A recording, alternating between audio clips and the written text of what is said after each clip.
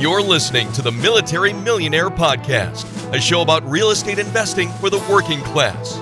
Stay tuned as we explore ways to help you improve your finances, build wealth through real estate, and become a person that is worth knowing.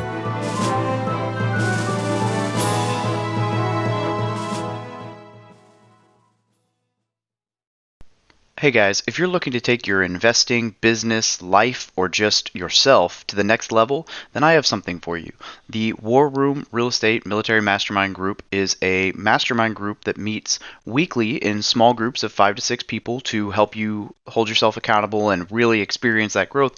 But we also have a monthly guest speaker that we bring in, and we've had guest speakers that talk about mindfulness, taxes. We're bringing in somebody to talk about marketing. We bring in very specific topics that will adhere to very broad, any kind of real estate investing or entrepreneurship that you want to do, and will really help you out. And we let you ask these speakers questions and get very personal with them. And then back to the small groups, weekly accountability for what you're trying to achieve, and just being surrounded by like-minded people. And they say your network is your net worth. I know that's an overused phrase, but I recommend that you check it out. So just shoot an email to wrmastermind@gmail.com. Once again, that's wrmastermind@gmail.com, and we'll send you some more information. What's up, Military Millionaires? I'm your host, David Pere, and I am here with Johnny Lynum, who is a lieutenant colonel in the United States Air Force, still active duty, which is always fun for me to get active duty fellows and ladies on the podcast. And today we're going to be talking about his journey through real estate investing. And so Johnny's done some house flips, some wholesaling. He's got 26 units right now, including most recently a syndication project, which is cool, especially because it was with other people that I know. So that's even cooler. And so we're going to walk through this and have some fun. So Johnny, welcome to the show. Thank you, David. Glad to be here. Yeah. Tell the listeners a little bit about yourself. Yeah. So as you mentioned, been in the Air Force now almost 15 years. Started in real estate all the way back in 2006 when I bought my first home in Warner Robins, Georgia. But yeah, leading up to that, was born in Detroit, Michigan, stayed there for about 8 years, and then relocated with my parents to Alabama. I call it LA, Lower Alabama, down in the sticks. But no, I grew up there in Alabama, graduated high school. Uniquely enough, I actually had a 4-year Army ROTC scholarship out of high school and did the interview. And my dad, who's a Vietnam vet, told me, he's like, hey, you probably should go and talk to the Air Force guys too while you're on campus. And so I did. They didn't promise me a scholarship start school, but they told me if I came in, did good one semester, then they would set me up my second semester. So I took them for their word, and the rest is history. Ended up graduating ROTC, University of Alabama, commission, electrical engineering background, but now primarily a developmental engineer doing program management, project management, which kind of helped with the real estate stuff. But that's kind of my story. And then from there, just using my VA loan in 2006, bought a little house for $65K there in Warner Robins, Georgia, PCS, and then took it and brought on a property management company and kind of turned it into my first rental, in which I've always been interested in real estate. You can ask my wife and she'll tell you how when we were dating, she would come down on the weekend and we're going up to Macon to a RIA event. And we actually had William Tingle, for those that follow like Subject 2. He's like the Subject 2 king, and he was based there out of Macon. So I always kind of been interested in real estate, and it just kind of evolved with relocating to the Newport News area, finding a foreclosure, buying a house there, doing the same thing in Northern Virginia. When we relocated there in 2013 and found a HUD foreclosure that we purchased. And during that time frame, I was working at a federal agency there outside the DC area, and just managing over a $1 billion contract, negotiating $100 million contract extensions and things like that. And I was like, wow, I just negotiated this, say the government over $10 million. It's like my paycheck's the same. It got me thinking, man. It was like, okay, I can do this myself. We had a couple of rentals. We had a couple Section 8 houses in Birmingham, Alabama, where my wife was from. I was like, we're gonna do a flip. We're gonna do a project. I can manage the project. And we found opportunity. Got a Bank of America foreclosure. Bought it off the auction website. It was crazy. First time using hard money. First time doing a major project. We ended up spending like over $70,000 on the project. I was managing. I had to hire all my subs between Craigslist, Some of the houses, we put in a project on some of the apps, and they gave you some local contractors to help. But we didn't make a ton of money. I think we ended up making like 15K on that deal. But we had mold abatement, we had a pool, we built a kitchen from scratch, bathrooms, and I really had a great GC who was an architect, Nilu, and she just helped me through the whole process with teaching me along the way, and I still use all those experiences to this day with what we're doing now in the Panama City area after we relocated, and just living through Hurricane Michael, an opportunity that we ended up getting presented here. With just having a lot of dilapidated houses and people just looking to sell for cash and be done with it. And last year was our best year, and it kind of just took off and grew and took a life of its own. That's awesome. And I mean, you might have only made 15K, but it sounds like quite the intense renovation for a first flip. So glad you just broke even. I mean, I lost money on my first solo flip. So I think that's, I'd chalk that up as a win for sure. And it's funny, man, looking back on it, the hard money lender made more money than I did. That's funny. It was interesting because the way that the contract, it wasn't a simple interest. He had a flat 10% fee. So if it took a year to sell or if it took 1 month, he got his 10%. And so with the purchase price and everything, he ended up getting like 23K off the top. And we bought the house in June timeframe. We sold in October. And so we held a little bit less than 6 months, and but it all worked out. It was a learning experience to get in on that, to get it done, and then we took it and we went and did 4 flips over the next 2 years in Birmingham.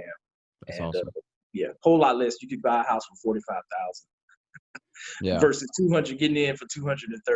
So it made sense, but it was. That's cool. So I have some friends who invest in Birmingham. So it's not a bad market, but it's just like it's just kind of like Missouri, right? It's affordable. People hear the real estate prices. It's like when I post something and I post an example of like $100,000 duplex, and people are like, there's no way. I'm like, well, actually, I own 2 that were cheaper than that, and they cash flow more than this. So there is a way. But then I live in San Diego right now, and I see why people get upset. But I'm like, the math is still the same. It's just multiplied or divided by a few times. Yep. So it just, that's funny. All right. So you've been doing this a little bit here and there since 2006. Prior to the one you just recently did, the bigger one, what was your favorite deal and why? Favorite deal? I think it'll be our duplex, because we literally took almost the entire roof off the place. And so we go look on my YouTube video. I literally could walk in the door, and then I'm looking up, and all I see is the Raptors looking up through the ceiling where it was totally taken off. And we knew we had to replace the roof. We didn't know to what extent we had to replace the roof, but how much decking was bad that we had.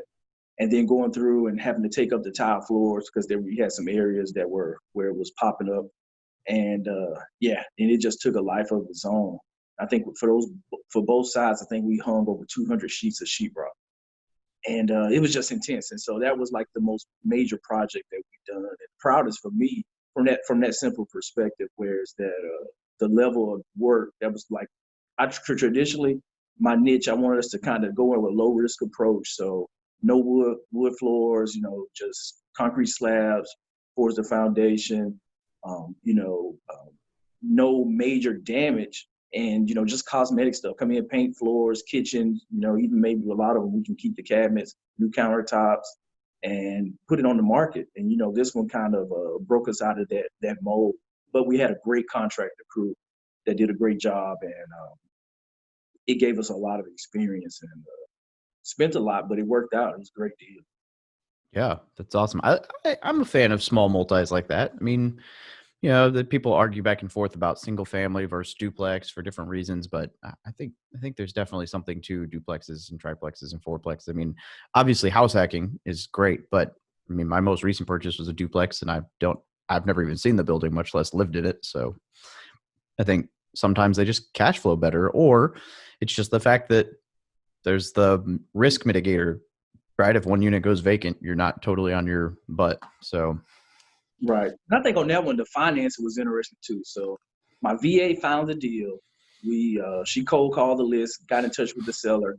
I met with him in person there at the property. He wanted to let it go for $45,000. He's like, okay, I'll sell it for $45,000 as is.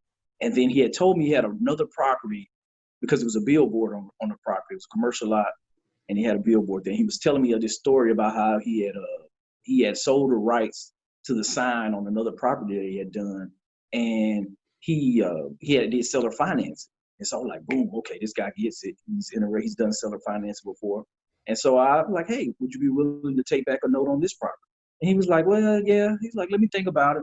And so we ended up paying $55K, and he finally we ended up putting, I think, $11,000 down, and he ended up financing the remaining balance at 7%.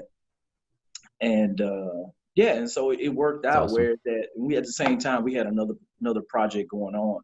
So at that point I wasn't leveraging hard money again, and so it was all our capital tied up with it, and it worked out well where we didn't have to come up with the full purchase price at closing. And and the rest is kind of history. We ended up refinancing that with a couple other rentals, and then cashed him out. And now I'm working with him to bring him in on the passive investment side. Looking to partner up and do some deals that way too in the future. So it was all smart. good. I like that. That's smart. Yeah, that's cool. I love creative stuff like that. I think I think it just shows that it's possible, right? And a lot of people think, oh, well, if I don't have 20% down, I can't get into real estate. Bullshit. You totally can. There are different ways to do it for sure. I mean, I never paid more than 6% down until after like the first 3 years of real estate, between an FHA loan and seller financing and a lease option. And I don't think it was until this most recent duplex that I was finally like, hey, bank, here's 20% down. And they didn't even take it. They only took like 15% down. So I'm like, oh, okay, Nice. whatever. But yeah. So, all right. So let's talk about the more recent one, the bigger one. I guess first off, let's just walk through the deal real quick, and then we can talk through some of the other questions after that.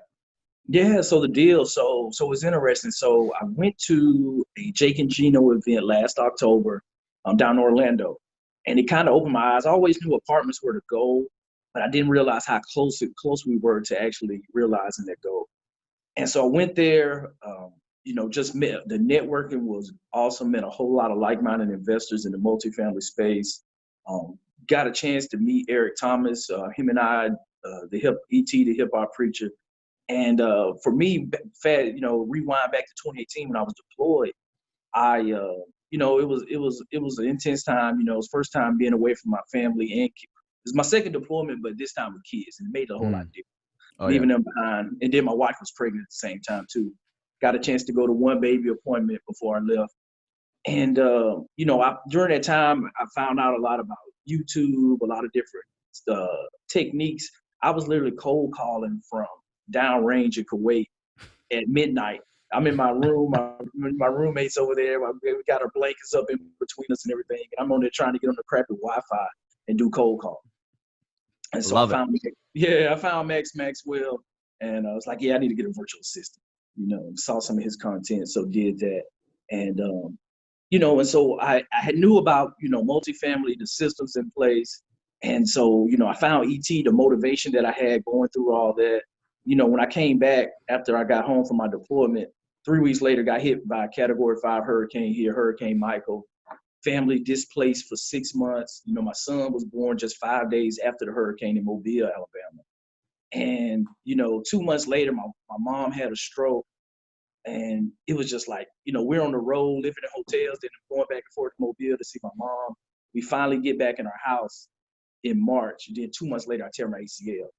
So the whole time, I had just went closed on the duplex that I just talked about. Then two weeks later, I tear my ACL at PT in the gym, just goofing around with the guys. And it was like everything we did last year, I was either on crutches or, I'm hobbling around and, but still making it happen. And I talked to ET about that because I got so much about the lion and just that whole grit, that grind attitude, that mindset that I got. So, when I had the opportunity to talk to him, and he was like, man, you need to do an apartment building for each one of your kids and your wife. And you need to name each one of them after. It's like, wow. It's like, yeah, that's a hell of a goal. He's like, okay. It's like, yeah, I can probably do that in 5 years. And I was getting ready. Everything's tied back to the duplex. So I was getting ready for my appraisal. So with my appraisals, I always put together comps for the appraiser. And then I also give him a scope of work that we've done on the project to give him some perspective on why it should appraise for what it needs to appraise for. So preparing for that, the lot behind us was already on the market, had a sign up, but I didn't know the price. So I'm just browsing on MLS trying to pull the price, and I see this 18 unit. Now this is like 45 days after coming from Jake and Gino, and so I'm still all multifamily. So I'm like, okay, I got to put an LOI in. I got to put an LOI in. So I get the deal analyzer calculator that came with the ticket. I analyze the deal. Like, okay, they're about 300,000 over where they need to be. I'm like, and it had been sent for over 90 days. So I'm like, okay, I'm gonna get with the broker. She was hard to run down, but I finally got that over. Submitted an LOI for $1 million. They had it listed for 1.35. And so she's like, yeah, let me send it back to the sellers. And then over the Christmas holiday, didn't hear anything back. And then I re-engaged with her at the New Year's. And after that, she was like, okay, we're about 100,000 off. They want to be no lower than 1.1. And I was like, okay, well, I want to walk it. So we actually walked it mid-January. Most of the units, I would say probably at least 60 to 70% of the units, I was able to take pictures and everything. I was like, okay. And half of the units already had been updated from an insurance claim. And so new vinyl plank flooring, new cabinets, new stainless steel appliances, fresh paint. And I was like, okay, this, it's not going to take a whole lot to get this back up, fully renovated. And long story short, we just kept going through, and we ended up getting under contract in March of this year. And after we went under contract, it was water main leak already that you could tell that was on site. So they ended up paying a little bit over $30K to have that repaired before closing, which it took forever to get. They wanted to get multiple estimates, and then we finally had a company come out of Pensacola that got it done, in which it worked out well, because originally we were looking, it's like, well, we sell a couple of our rentals, we could take this down by ourselves and go ahead and do it. And then COVID happened, because we went under contract at the beginning of March, and then a couple months later, everything started shutting down. And I was freaking out. I'm like, oh, is the bank gonna pull back? And we went with the local credit union, which, looking back at it, was like perfect. They were rock steady. And the way they do business is they don't really answer to nobody else besides their community. And so they do their own loans. They keep them on their own books. And it worked out well, whereas that we ended up closing back in June for $1,050,000, and we got $25,000 back at closing for concessions. Because with that, we took over an insurance claim for the last 4 units that need to be renovated that was still prolonged with the owners that were just kind of mismanaging the process, which it was 2 older couples. One had another business, and so this wasn't their primary focus, unfortunately, and they kind of went hands off with a contractor who it wasn't his priority either, whereas they were just just signing checks over to him without verifying work had been done and things like that. And so we just took that over, and so we're working through the process now. You should be getting a final estimate from the insurance adjuster to get those 4 units done. And I know we can get them done for the price that they're doing with the crew that I have. Woo! We'll be back with the show in just a minute, but I wanted to take a brief second and say that, look, you are already obviously investing in yourself by listening to this podcast. But if you can't figure out how to get past all that daunting crap that you just don't know how to sort through, and you're trying to get started in real estate investing and you're just stuck, I mean, it happens to all of us. It's daunting. You don't know what you don't know. You don't know everything there is to know, and you don't know really where to find all the information. So that is why I created the Real Estate Investing for Beginners 0 to 1 course, which is solely designed to get you from I want to invest in real estate to holy crap, I have a rental and it's cash flowing. And this course is not going to be anything super complicated that you won't be able to understand. It is just designed to teach you how to build a team, find investments, finance investments, conduct due diligence, close on the investment, and then operate it so that you can enter the real estate investing world smoothly. So if that sounds like something that interests you, definitely check out the link below, and it's cheap as hell right now. But it went from just, hey, planting this seed, dude, you should do 5 in the next 5 years for all your family, kids, to being able to see the opportunity, take action with putting the LOI together, and then just going through the contract and looking at Michael Blanc's email or YouTube videos, podcasts. Hey, due diligence, I need to do this. Calling a couple of people that I networked with, that I met, that had done syndications before, and just got it done. And Yeah, man. And the That's rest is cool. history. That's real cool. So what was that one originally listed for again? Was it 1.4? Is that what you said? 1.35. So it was So you listed for knocked off $300,000. You knocked off like 25%, maybe more of the purchase price or of what they were asking. Right. That's Right. awesome. And they were motivated, and the appraisal came back in at 1.25 million. And after the 4 units are up and we're 100% occupancy, based on the cash flows, they projected to be 1.34 million was the value. Yeah. Okay. So that was your first syndication, right? Yep, first Now, syndication as well too. Now I know you put it together, and you were the Nick the new guy or whatever. Did you bring in somebody who'd done a bunch of syndications, or did you do it with like mentors, or what was the learning point for, or was and I'm just curious about this from a clearly like from a personal standpoint, like, or was it like an SEC attorney that was more your guiding? Like, what was your guidance for, because syndication is not an easy process for a first time walkthrough. Yeah, so it's definitely not. So when I was at Jake and Gino, I met Kim Smith, who's an attorney. I think she's out of St. Augustine. Okay. Bought her book, so I had her syndication book. I'm going through the book. I'm like, okay. And I had raised money in the past for some of our projects, just from family and friends. Did secured it via promissory note, and so I was looking at, yeah, I could potentially do that. But I was like, no, I need to go and do this the right way and get everything done. Whereas I don't have the SEC on my back. Yep. And after I had met with, had joined my mastermind back in March, shameless plug, RE War for the War Room. Oh yeah, yeah. You can shameless plug the mastermind group all you want. It's a great group. Phenomenal. And and I met one of my partners on there, Rory Compton, and we're still looking at deals to this day. But he was like, hey man, he's like, do you mind if I try to raise some capital and come on as a general partner? I was like, yeah, let's do it. And we made it happen. And so I ended up got some same war room, got some referrals for syndication attorneys there, and we ended up going with the company Three Pillars Law out in Colorado. Is that Byron, right? Byron, yep. That exactly. guy. Byron, if you ever hear this podcast or anyone else who knows him, I have emailed you like 3 times to try to get you on my podcast. So I don't know if my emails are going junk folder, but just saying. Yeah, we're not talking to him. I need to call him to get all the compliance. Tell documents. I'll tell him. So Stu Grazier is partnered on a deal with him or using him, but somehow they're involved. And Stu was like, "You need to get this guy on your podcast." I'm like, "Yeah," and then he's like, "You're like the 3rd person who's recommended him to me." Yeah, but he was phenomenal. It was interesting. So I went with another syndication attorney. I got a quote for, hey, if I needed to draw a personal placement memorandum, PPM, it was going to be $10,000. And I was like, okay. And then I was like, I'm in the war room. Let me just drop a Facebook message and see if anybody has any referrals. And it saved me $5,000. So we were able to get the PPM done, the operating agreement. And one thing with our syndication, we gave our investors, we did a preferred 7% return and just Awesome. issued notes versus equity in the company. And so it worked out well. He drew up the promissory notes and everything. And that's cool.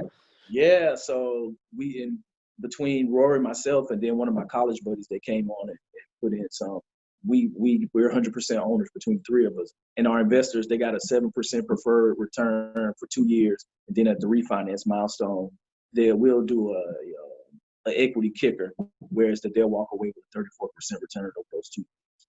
That's awesome. Yeah, that's really cool. I like the fact that with syndications, like, you can tweak so much about the return. Like, I was having a conversation with this last night with a roommate, and he's like, my mother-in-law wants 10% return on her money. Do syndications normally do that? And I was like, well, yeah, it depends. It depends on if you look at, like, do you want a 10% pref, no equity split, or do you want a 7% pref with a huge equity split, or do you want, like, there's depending on if you're a long-term play or short-term play, or you need the money now or you don't need the money now. Like, there's all kinds of ways to structure syndication returns. And then there's, without even getting into like crazy waterfalls and other, like, it gets very, very intricate, but there's a way to satisfy everyone depending on, what your goals are. Yep. It is. And it seems like more so a lot of people are focused on the near terms, like, hey, how soon can I get my money back? Whereas more accredited, sophisticated investors, they get the picture of long term.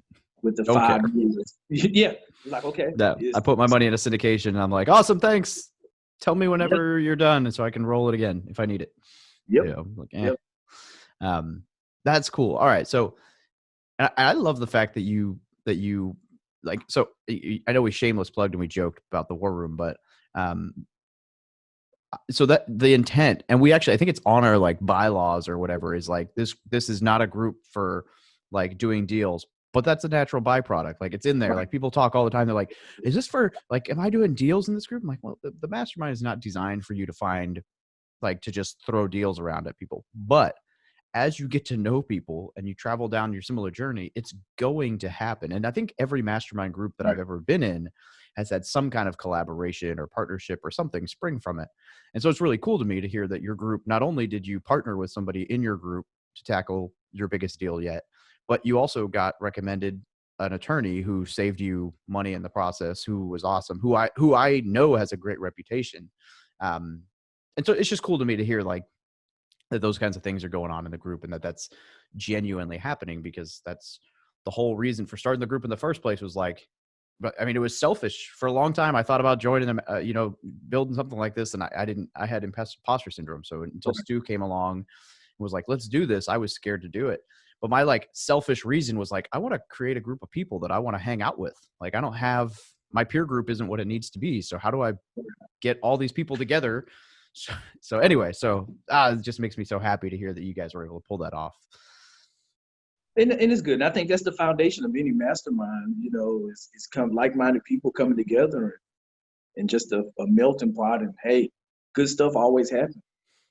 Yeah. You get around the right people and it's magic. I mean, it's just a byproduct, I mean, and the longer you're in the real estate game, and the more you invest in people, the more you realize that the relationship piece is the most important piece. I mean, because whether it was that 18 unit or a quad or a 30 unit or a flip or whatever, like people, when you first start getting into real estate, people worry about capital, they worry about money, they worry about this, they worry about that. But like, reality is that if you find a good deal and you have a good reputation, the money will come. For sure. It's definitely a team sport.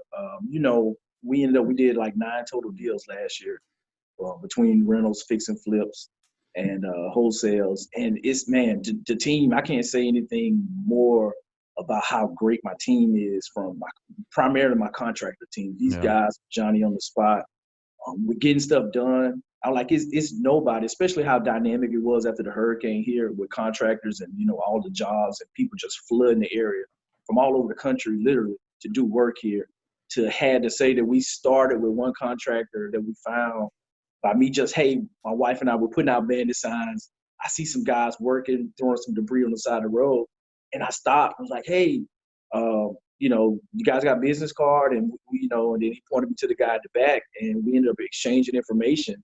And the duplex, I got an estimate from him back on the duplex.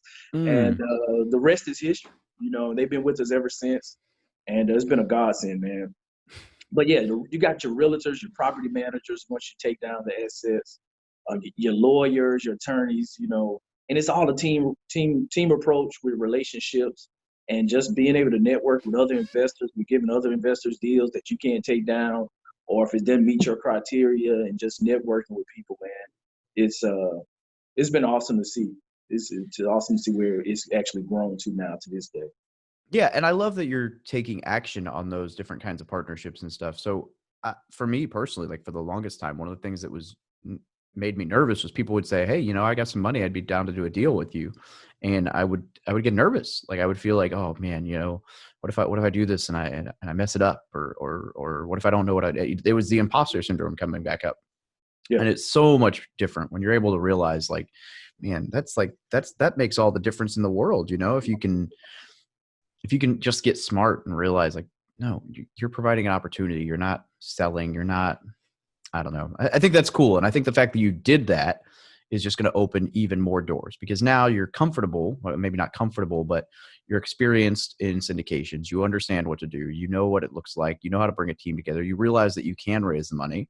And now you're like, All right.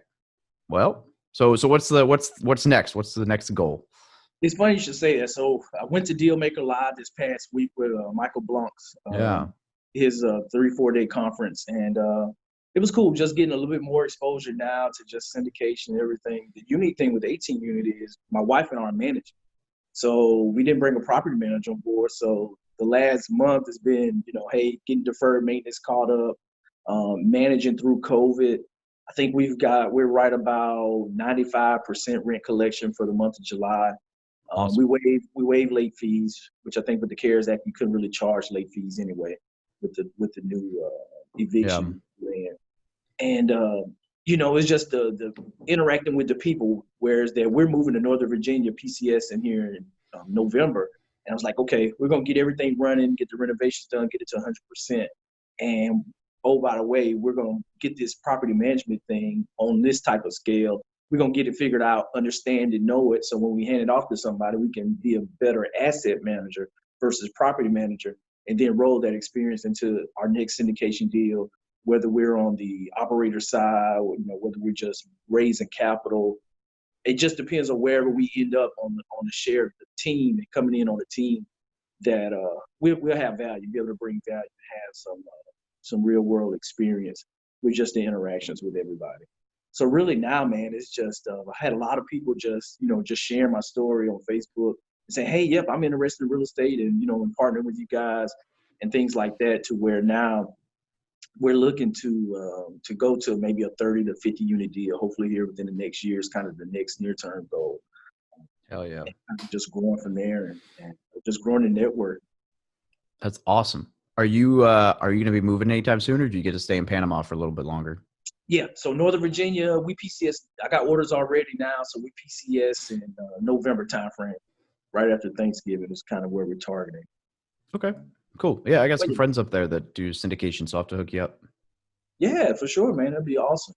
Yep. Because we still stay in this area here, but also looking to grow in other areas in the Southeast, from the Carolinas and Georgia and Alabama, still in Florida.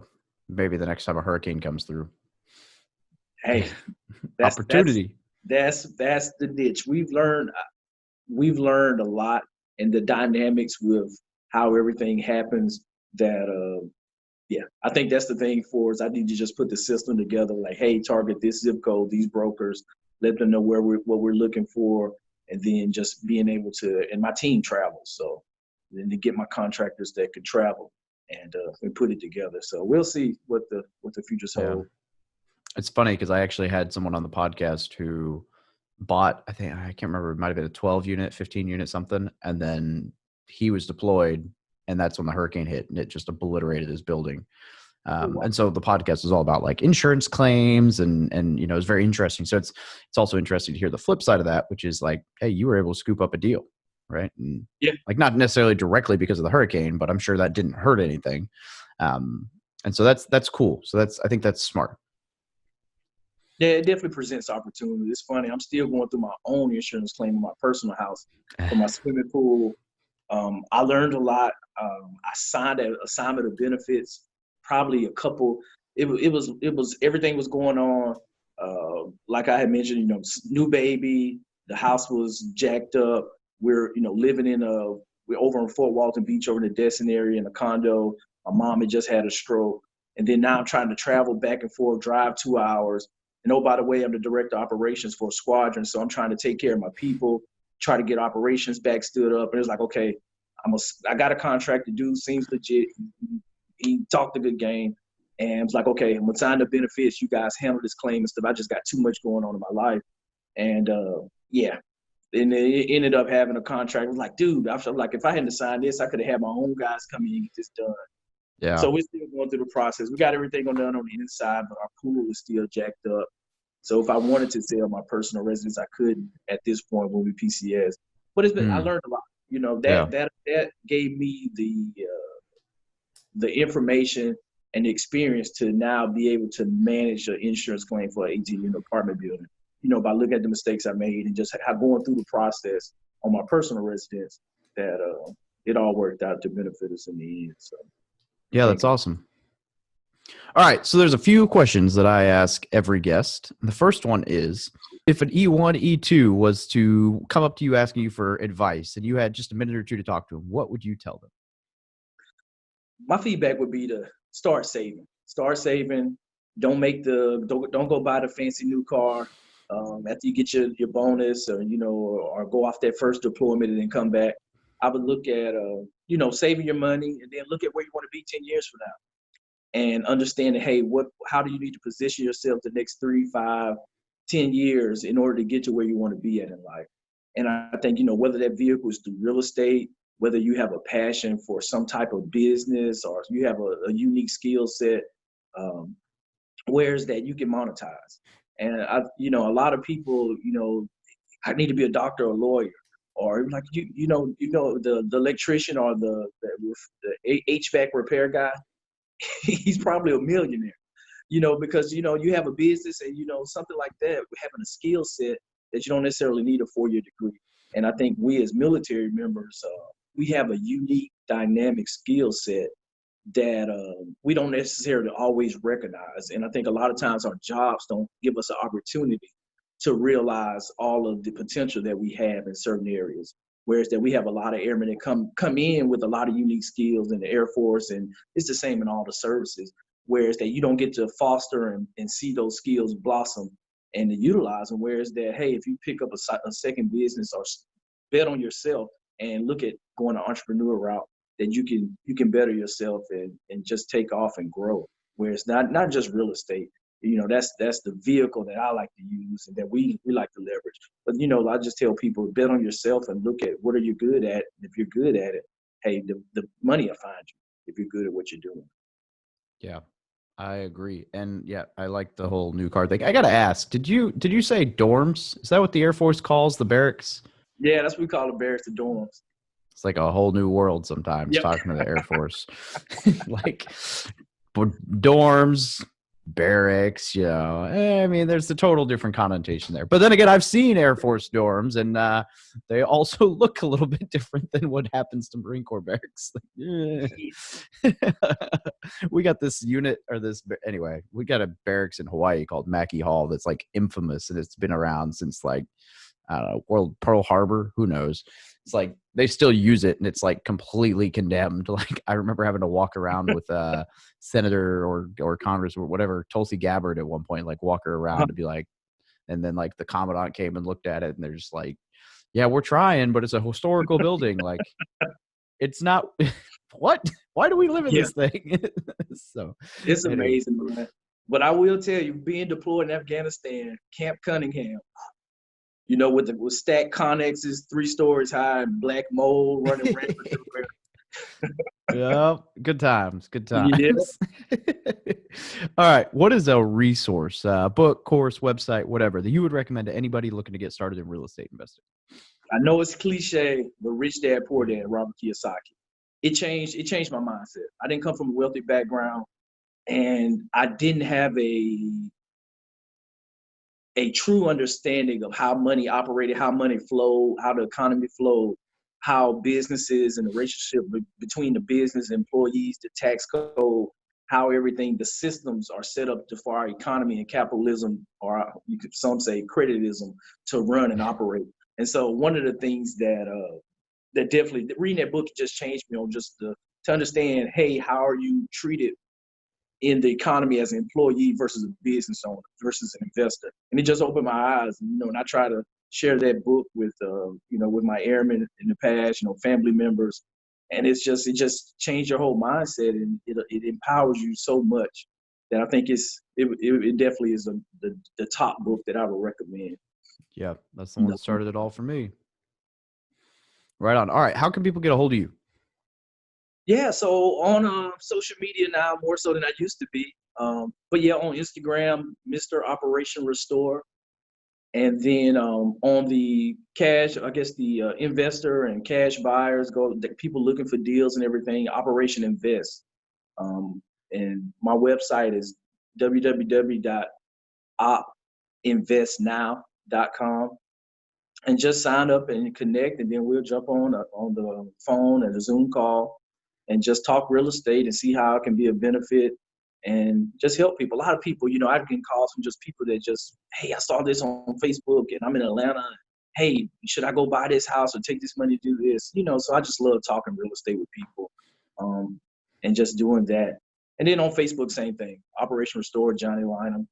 And just love to connect with and talk real estate and be a benefit. I don't charge for my time or anything, but I do limit the cost to like 15 minutes, You and I initially. both. Yeah, so to do that. And man. Yeah, that's the way to do it. It's like I'm all about giving out time and calls, but you got to be careful with a cutoff time, or you're going to end up talking for like 45 minutes. And you're like, man, I could talk to 3 people. So. Yeah, exactly. Awesome. Well, Johnny, this has been a pleasure. Thank you so much for joining us today. Awesome, David. I appreciate you having me on the show, man. And I just love everything that you're doing with Military to Millionaires, with the War Room, with the Mastermind. And it's definitely blessed my life, man. So salute to you. And hope to be back in the future. Absolutely. Well, thank you. I appreciate that very much. Awesome. Thank you for listening to another episode about my journey from military to millionaire. If you liked it, be sure to visit FromMilitaryToMillionaire.com/podcast to subscribe to future podcasts. While you're there, we'd love for you to rate the show, give us a review on iTunes. Now get out there and take action.